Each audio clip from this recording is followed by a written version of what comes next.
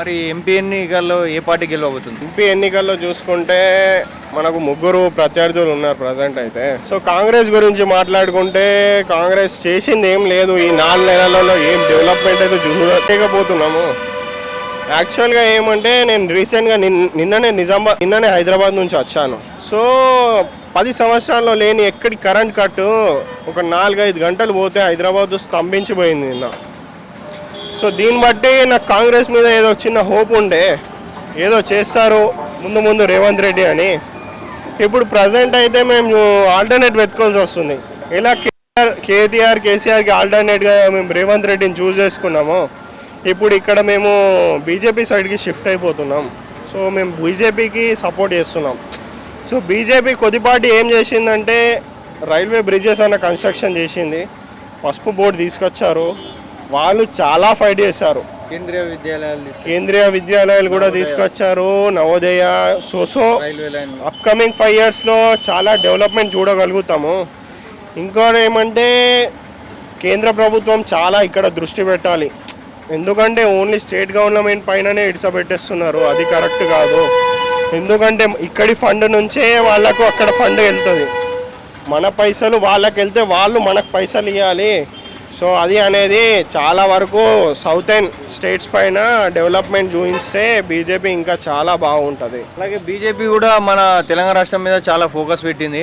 అలాగే నిజామాబాద్ లోక్సభ ధరంపూర్ అరవింద్కు అమిత్ షాతో కానీ నరేంద్ర మోడీతో కానీ డైరెక్ట్గా సత్సంబంధాలు ఉన్నాయి. ఇంకా నిధులు కూడా ఎక్కువ తీసుకొచ్చే ఛాన్స్ అవకాశం ఉంది.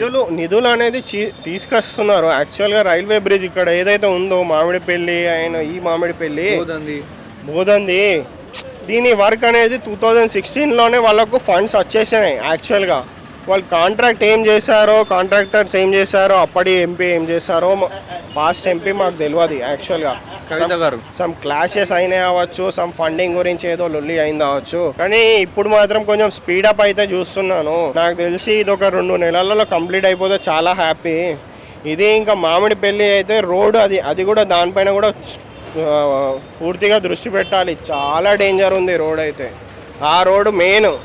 యాక్చువల్గా ఇది ఏంది NH63కి NH7కి కనెక్షన్ చేస్తా, అంటే NH7కి కనెక్షన్ చేస్తా, పాత NH7కి. సో ఇదనేది మెయిన్ రోడ్డు. ఈ రోడ్ పైన దృష్టి పెట్టాలి. ఇంకా ఇక్కడ ఆర్మూర్లో చూస్తే కొంచెం ట్రాఫిక్ పైన అయితే కొంచెం దృష్టి పెట్టాలి. ఓవరాల్గా అయితే మోడీ గవర్నమెంట్ వస్తుందని నేను కోరుకుంటున్నాను. 400 seats రావాలని కోరుకుంటున్నాను. ప్రాంతీయ పార్టీలు అనేది కొంచెం బాగా దృష్టి పెట్టాలి, ప్రజల పైన ఫోకస్ చేయాలి. లేకపోతే ఈ ప్రాంతీయ పార్టీలు అయితే 100% చచ్చిపోతాయి. తెలంగాణలో ఎన్ని ఎంపీ సీట్లు గెలవబోతుంది బీజేపీ? తెలంగాణలో అప్రాక్సిమేట్ 8 to 12 అయితే 100%. 4 నుంచి డైరెక్ట్గా 12 గెలిచిపోతుందా? ఇంతకుముందు 4 వచ్చినాయి, 12కి వెళ్తుంది. ఎందుకంటే బండి సంజయ్ మూమెంట్ చాలా ఇంపాక్ట్ ఉంది. యాక్చువల్గా బండి సంజయ్ని చాలా ఎంకరేజ్ చేస్తే మ్యాక్సిమం 15 to 16 కూడా వెళ్ళే ఛాన్సెస్ ఉంటాయి.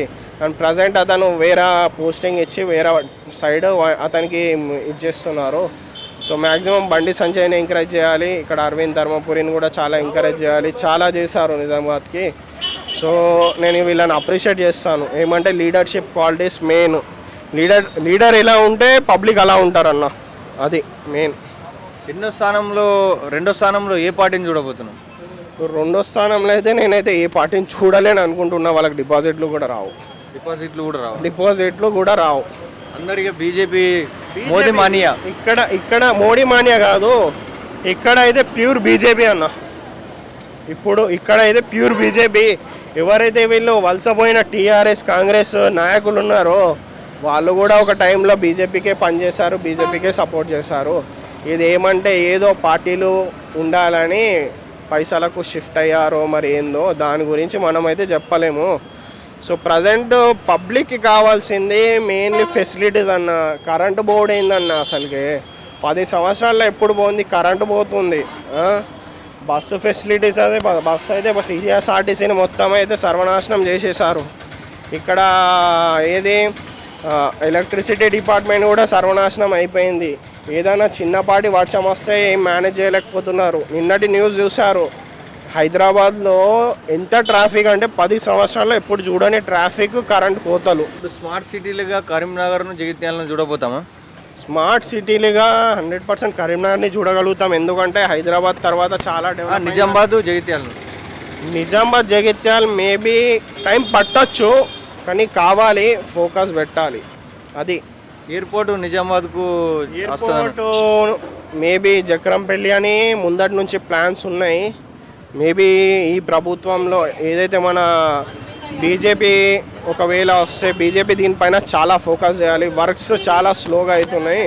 బీజేపీ అనేది చాలా ఫోకస్ చేయాలి. ఫండ్స్ మీద సెంట్రల్ గవర్నమెంట్కి చాలా చేయాలి. ఎందుకంటే మన ఫండ్స్ మనకి ఇవ్వకపోతే ఎందుకు?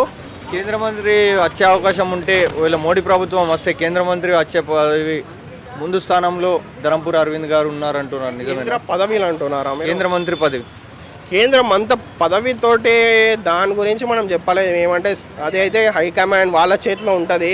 మాకు కావాల్సిన పదవిలు కాదు, పనులు కావాలి.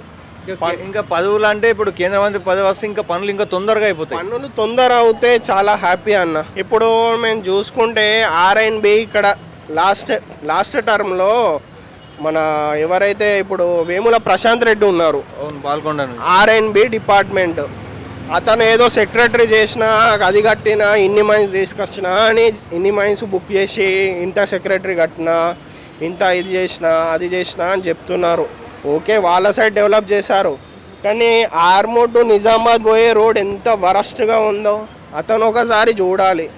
ఒక కామన్ పబ్లిక్ ఏదో బస్సు దొరకలేక బైక్ మీద పోతే వాడు చచ్చిపోయే ఛాన్సెస్ 100% ఉన్నాయి.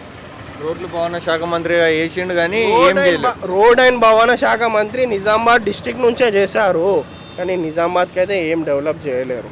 మెయిన్గా రోడ్ ఆర్మూర్ టు నిజామాబాద్, ఆ రోడ్ మీరు ఒకసారి వ్యూ చూడండి ఎంత దరిద్రంగా ఉందో.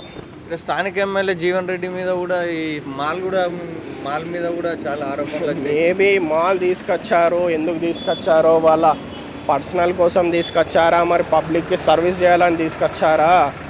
ఆ మాల్ గురించి చెప్పాలంటే ఆ మాల్ వాళ్ళది కూడా కాదు, టీఎస్ఆర్టీసీ వాళ్ళకి లీజ్ చేస్తే ఏదో కట్టుకున్నారు. వాళ్ళ డబ్బులు షిఫ్ట్ అటు ఇటు కాకుండా దానిలో కూడా ఎంతమంది పెద్ద లీడర్స్ ఉన్నారో తెలియదు. మాల్ అనేది ఈ మాల్ చేసింది ఒకటే, అంతే, ఏం లేదు ఆర్మూర్కి. ఆ మాల్ కూడా పర్సనల్ మాల్, పబ్లిక్ కోసం చేయలే మాల్. ఇంకోటి ఏమంటే అక్కడ మనకు రైతు బజార్ ఉంది, దానిలో ఓపెనింగ్ అయ్యి ఒక 4-5 ఇయర్స్ అవుతుంది. దానిలో టాయిలెట్స్ ఓపెనింగ్ చేయలేరు. పబ్లిక్ ఏమో లోపలకు రానియారు. ఎందుకు, దేనికోసం కట్టారు? అనవసరంగా ఇంకేమంటే ఇది కట్టారు, ఏమో వ్యవసాయ మార్కెట్లు అనుకుంటా ఏదో సమ్.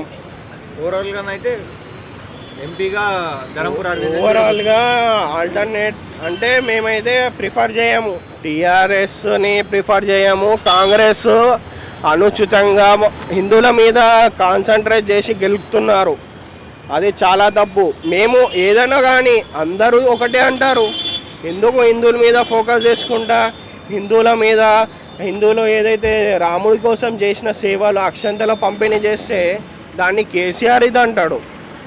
రేవంత్ రెడ్డి ఏమో ఎందుకు దేవుడు గుడిలో ఉండాలి, భక్తి గుండెల్లో ఉండాలి. అయ్యా రేవంత్ రెడ్డి, మీకు ఒక దండం ఏమంటే మీరు కూడా ఒక హిందువే అనుకుంటాను. మీరు హిందూ ఉన్నప్పుడు మీ హిందూ గురించి ఎందుకు మాట్లాడాలి? అవసరమైతే వేరే జాతి గురించి మాట్లాడండి కదా. హిందువులు చీప్గా దొరుకుతున్నారా మీకు? ఎలా అయితే బండి సంజయ్ అయితే కేసీఆర్ని తరిమి కొట్టాడో కరీంనగర్లో, ఇక్కడ కూడా అదే పరిస్థితి వస్తుంది. హిందువులతోటి అస్సలకే పెట్టుకోవద్దు. హిందువులు ఎంత బాగుంటారో, ఎప్పుడైనా హిందువులు అందరినీ కలుపుకుంటున్నావు. ఇట్లా ఏ పార్టీకి చెప్తున్నావు? ఏ పార్టీ అయినా కానీ హిందూ పైన ఫోకస్ చేయొద్దు. ఫోకస్ చేస్తే డెవలప్ పైన ఫోకస్ చేయండి. అందరినీ సమానంగా చూడండి. నేను అంటాను హిందువులని కాదు, హిందూ, ముస్లిం, క్రిస్టియన్, సిక్ అందరూ నీకు అంటే పిల్లల్లాగానే. Government is like a parent, you should to treat like them children equally.